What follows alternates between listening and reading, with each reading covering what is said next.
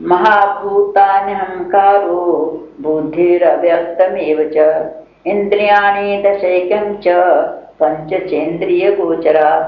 तो कहते भगवान कहते हैं मैं कोई नया नहीं कर रहा हूँ, जो उन लोगों ने पहले कहा वही मैं भी निश्चय करके वही मैं तुम्हारे लिए कहता हूँ। तो पहले प्रकृति का बताते हैं, क्षेत्र का।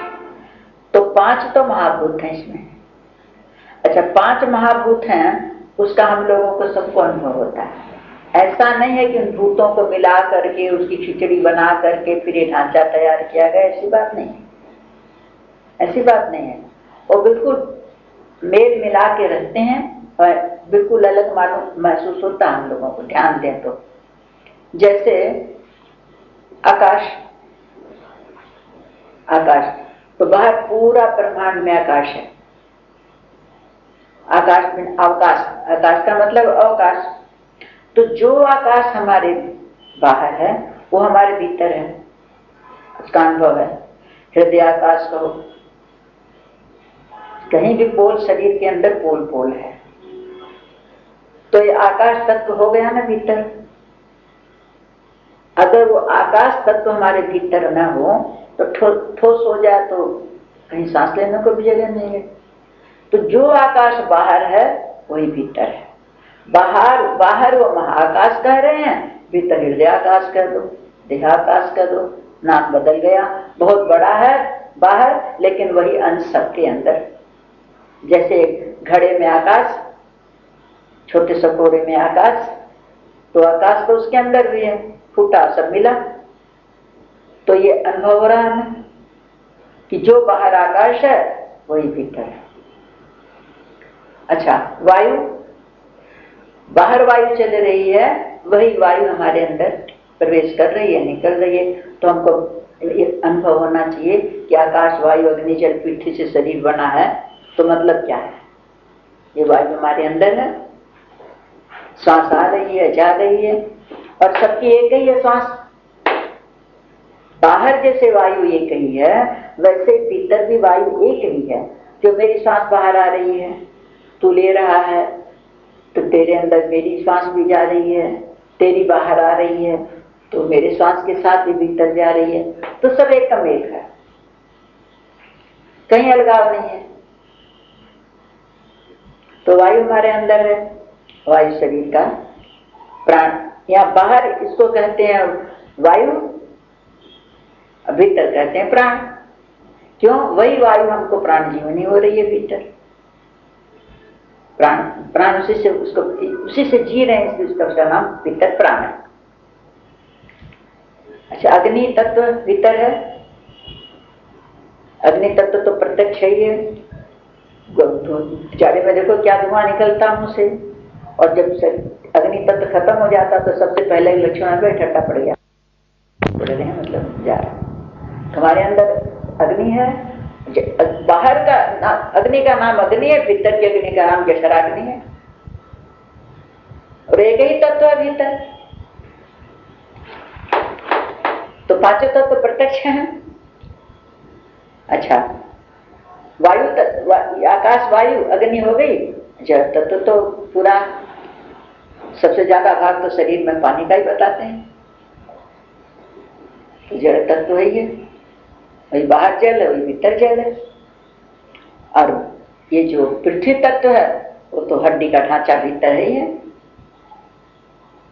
जब सब शरीर शांत हो जाता है, 4 तत्व अपने तत्वों में चटपटीन हो जाते हैं, लेकिन पृथ्वी वजनी है, ठोस, इसलिए वही पृथ्वी का तत्व पड़ा रहता है, उसको पृथ्वी में मिलाना पड़ता है किसी भी क्रिया द्वारा लेकिन पृथ्वी का अंश पृथ्वी में मिलाना पड़ता है। तो इस तरह से 5 तत्व तो प्रत्यक्ष अपने अंदर मालूम नहीं है, अनुभव भी होता है। विचार करें तो अनुभव होता है कि 5 तत्व इस शरीर के अंदर है। एक तत्व में भी कमी हो जाए तो गड़बड़ी हो जाती है। पानी निकल गया शरीर का, जल्दी को चढ़ाओ, क्यों? उस प्राण जीवनी है। अरे पांचों जीवन देने वाले हैं, पांचों ही जीवन दे रहे हैं। इसीलिए ये 5 तत्व से 5 महाभूत ये प्रकृति जो ये है अपने क्षेत्र है इसका रूप बताते हैं। और अब इसकी विकार सहित बता रहे हैं ना, विकार सहित। तो अहंकार, बुद्धि और मूल प्रकृति स्वभाव, 10 इंद्रियां, 5 ज्ञान इंद्रियां, 5 कर्म इंद्रियां है तो जानता ही तुम, और 1 मन और 5 इंद्रियों के विषय शब्द स्पर्श रूप रस गंध। ये तो हो गया इसका रूप क्षेत्र का, ये तो क्षेत्र का आकार हो गया। अब इसका विकार बताते हैं।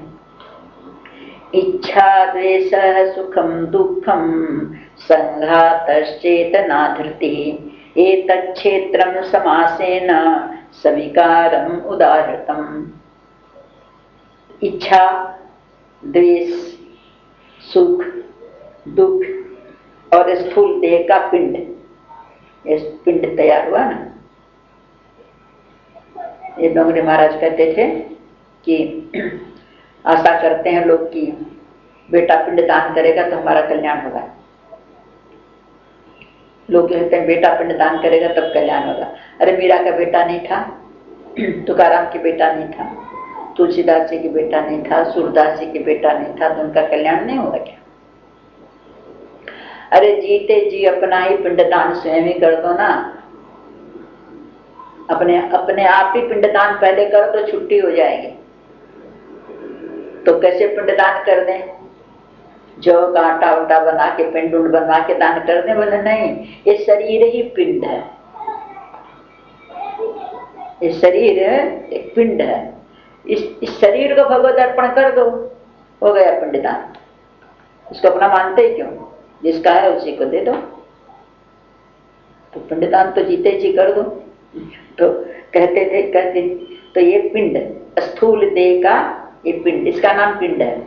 इसीलिए मरने के बाद पिंड उंड बना के जो के आटों का करते हैं ना, उनको स्थूल देह, सूक्ष्म शरीर देते हैं।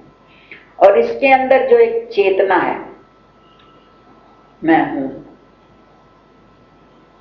परमात्मा की सत्ता है ना, तो ये चेतना जो मैं हूं ये है।